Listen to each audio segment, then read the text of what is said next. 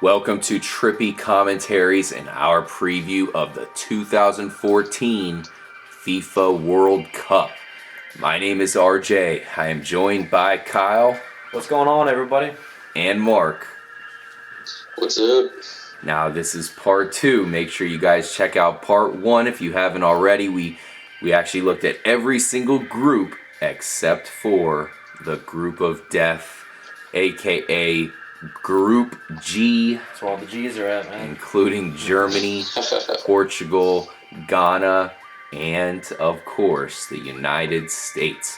Now we'll go ahead and look at this group. We'll make our predictions as hard as they are, and then we will actually look at all of the teams and pick who we think is going to be the champion of this year's World Cup.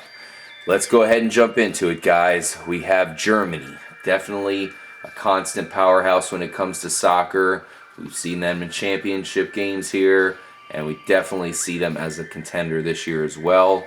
Portugal, I am Portuguese. I know you guys are as well, so we definitely have a little bit at stake there with Portugal.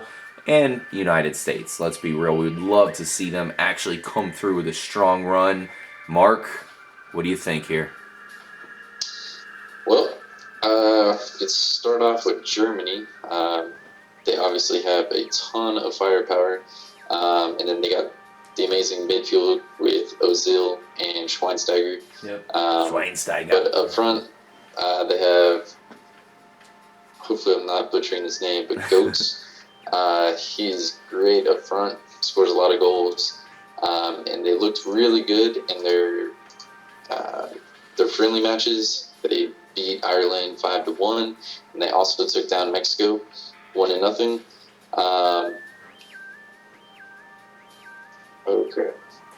I mean, I like Germany as well. The thing I like about Germany is their solid defensive play. Probably one of the better goalies, in this tournament is Manuel Neuer, and I like what Germany brings. Their defensive midfield is top notch, and I believe that's going to help them get through this. That's what I like from Germany. Yeah, I mean, there's no saying anything other than the fact that Germany is probably going to make it out of this really hard group.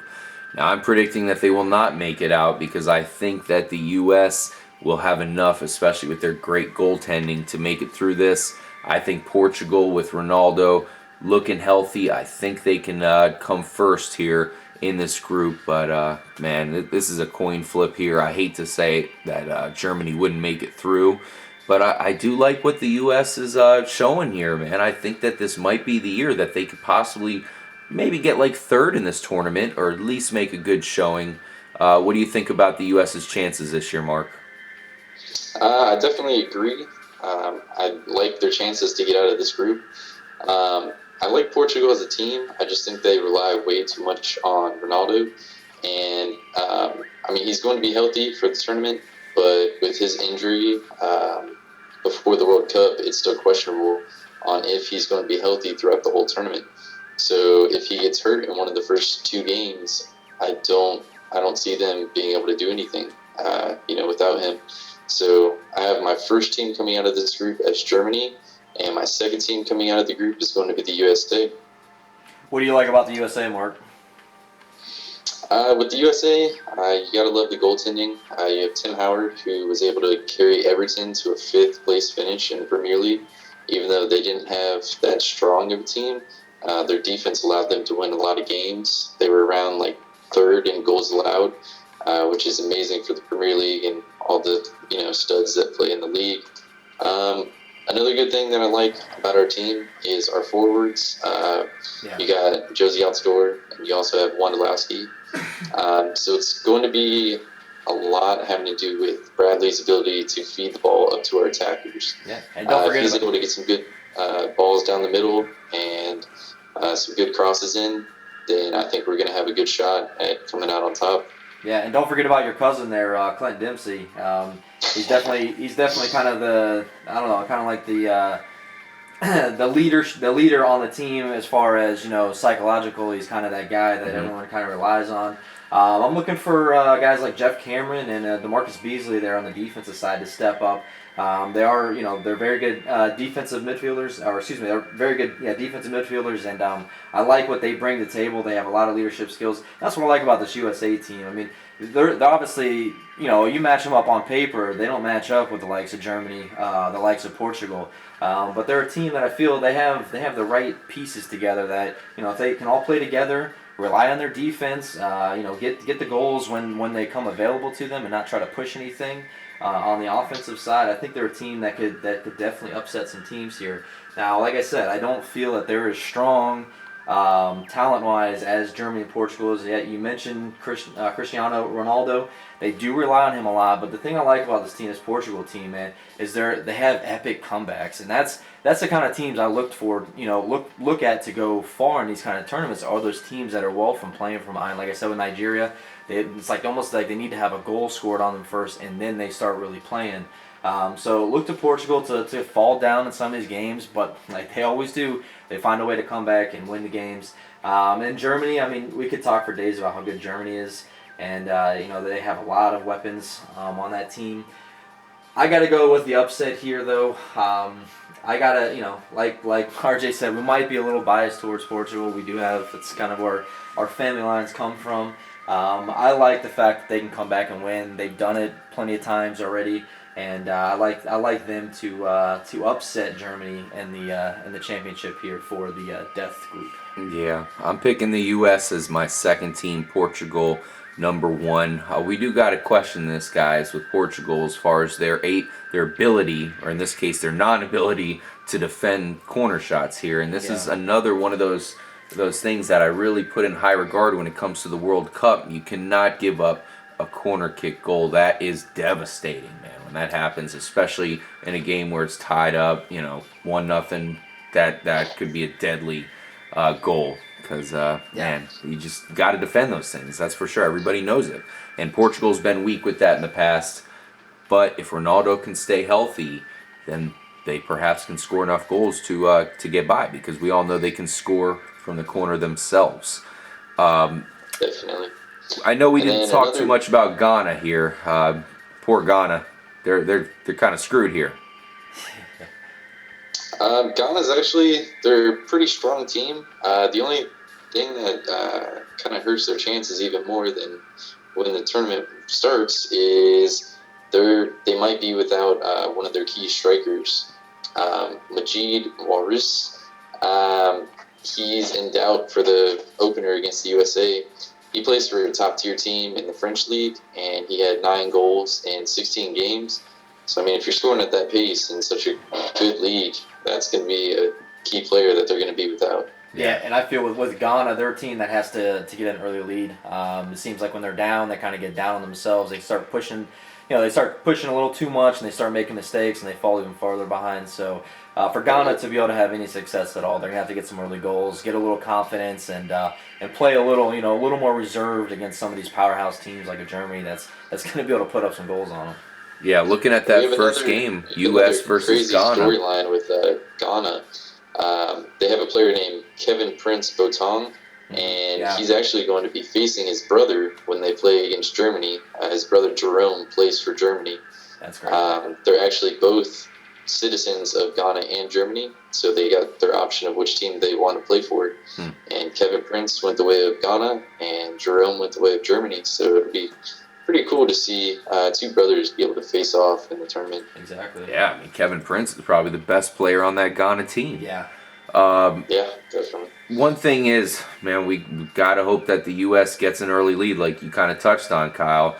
Ghana's shown that they can definitely handle a lead here. They can defend themselves, and if they get an early lead, that could be devastating here for the U.S. Yeah, it definitely could. And like I said, the U.S. is going to have to play, sound soccer the whole time. They're a team that cannot afford to slack off, to let up, to let up goals that shouldn't be scored, and they can't allow it to happen because if the U.S. falls down, man, I mean. We know that they're going to fight to the end, but just with some of the talent that some of these other countries have that they're going to face here in this group, they just got to play their best soccer that they've played as a team. True. So Kyle and I are going with Portugal to take it and the U.S. to come out second. I have Germany actually second. I don't have. Oh, you have the U.S. not making it. Right. Oh, wow. Unfortunately, I know it's probably unpatriotic, but Well, just being you gotta pick who you gotta as an pick. honest breakdown, like I said, USA, and that's the only way that USA is going to be able to advance in this is if they come out and play their best soccer that they can possibly play. And you're going with Germany #1, U.S. second, Mark? Yeah, and it's going to be interesting to see which formation Klinsmann goes with, because he has the 4-4-2, where they can implement a diamond type attack, or they can go with the 4-3-3, and you can have Wondolowski, Altidore, and Dempsey all up front. Yeah. So it's going to be interesting to see if they want to go with more midfielders and kind of build up their attack, or if they want to start with 3 attackers and have their attack already down the field. And then one other thing that I want to touch on is the left defense position. Right now, there's pretty much a battle going on between Beasley and Chandler.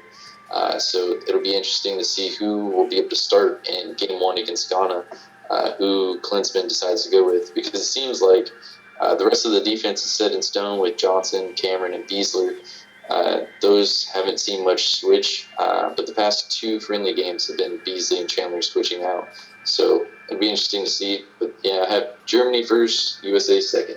Yeah, it's an interesting thing that you touched on there, and something we really haven't talked about the USA with, obviously Donovan being left out. The head coach is saying that, he's looking to try to get the best squad possible, and he is going to try to shake some things up. So it's a pretty good call there because I can see, Beasley not even getting the start. Yeah. All right, here we go, guys. It's time to put all our chips on the table here and make our picks. So this is what we're going to do. We're going to pick our, of course, prediction to be the champ. And we're also going to pick kind of a secondary team. So we'll have our champion and then kind of, if it's not who we think it will be, another team that we think that might be able to get it. I'll go ahead and go first, guys. I think that all of the stars are aligning for Portugal to make a good run. I am going to pick them to win this thing. I really do feel confident here. And as long as Ronaldo's as healthy as he says he is and as he looks, and as Mark kind of touched, as long as he does not get injured during tournament play, I think the Portuguese have a great shot, especially once they escape the group of death. A team that I do want to say that I think has a great chance at coming through with a victory, other than Brazil. I mean, we got to say Brazil could definitely take this at home. But I definitely like Colombia this year. I think Colombia might have a team that can go on a run, much like we saw the Netherlands do. I think Colombia could make it to the championship game here. Mark, what say you? All right.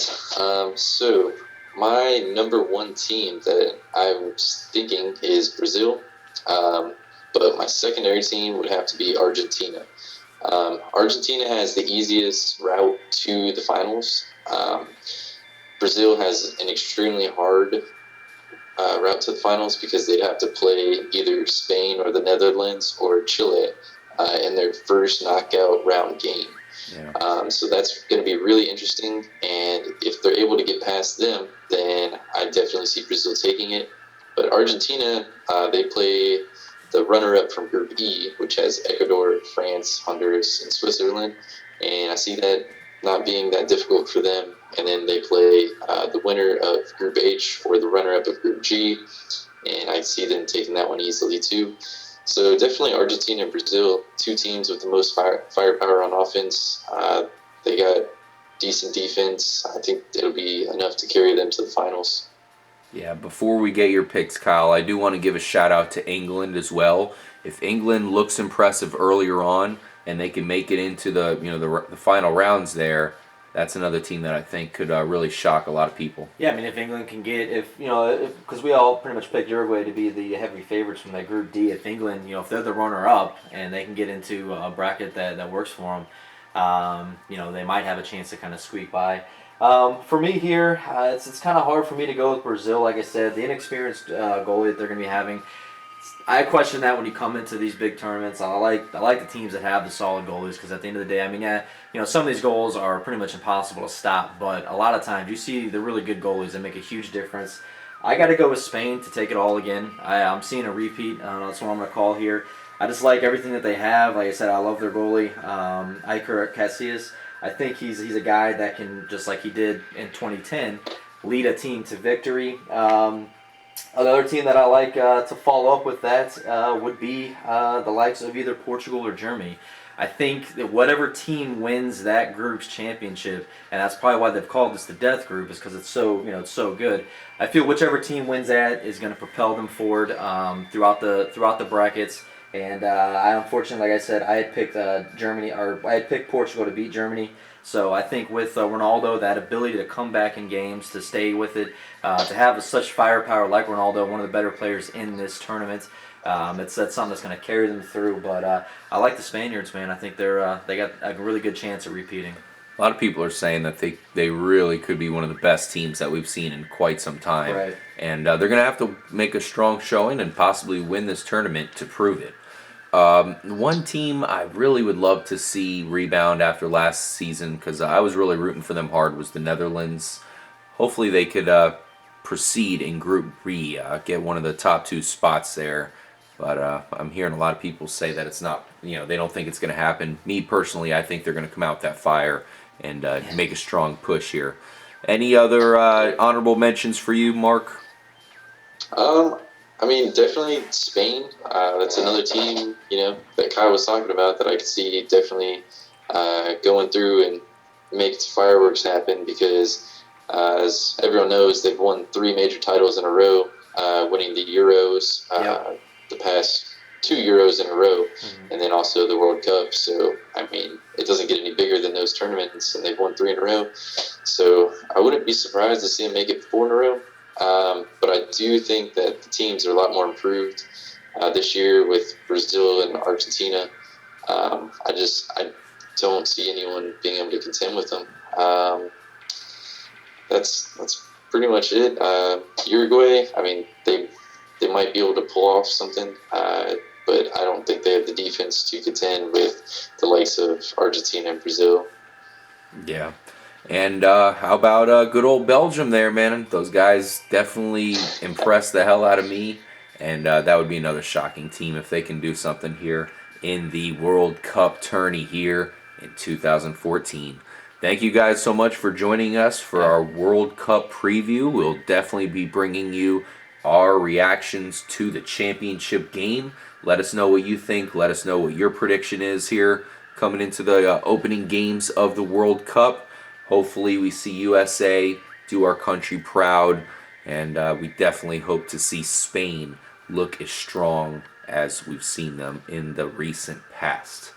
Well, thank you, Kyle, for joining. Yeah, this was fun. I can't wait for us to start. Like you touched at the very beginning of this, I think this has become almost a bigger event than the Olympics now. They're just and not really so much in the U.S. because obviously we know that soccer's not as big, but I think it's kind of catching on. It's getting a little bigger. Definitely over the past 10 years, it's gotten a lot bigger. And in the U.S. and I feel that other countries, Brazil, these people are going crazy over this stuff. A lot of these other countries, this is what they have to look forward to. Soccer is their number one sport that it's like our NFL football. It's what they look forward to, and this is going to be a huge event. I love it being in Brazil. When I think of World Cup soccer, I always think of Brazil. They've always been such a good contending country, and it's going to be a lot of fun. And I can't wait for it to happen. And that's pretty much all I got to say about that. Yeah, definitely. We'll see you for the recap, Kyle. And definitely thank you for joining us, Mark. And you got to be very excited, man. Yeah, definitely. I'm really looking forward to it. And I actually took the day off from work tomorrow so I can watch that opening game with Brazil and Croatia. So be good to see what happens. And hopefully there's a lot of surprises and upsets and just craziness because it's the World Cup and it's always epic. Yeah, it is extremely epic, man. That is the one word to sum it all up. Thanks again for joining us, guys. We'll see you in the next episode. I'm RJ for Kyle and Mark. Peace out and stay trippy.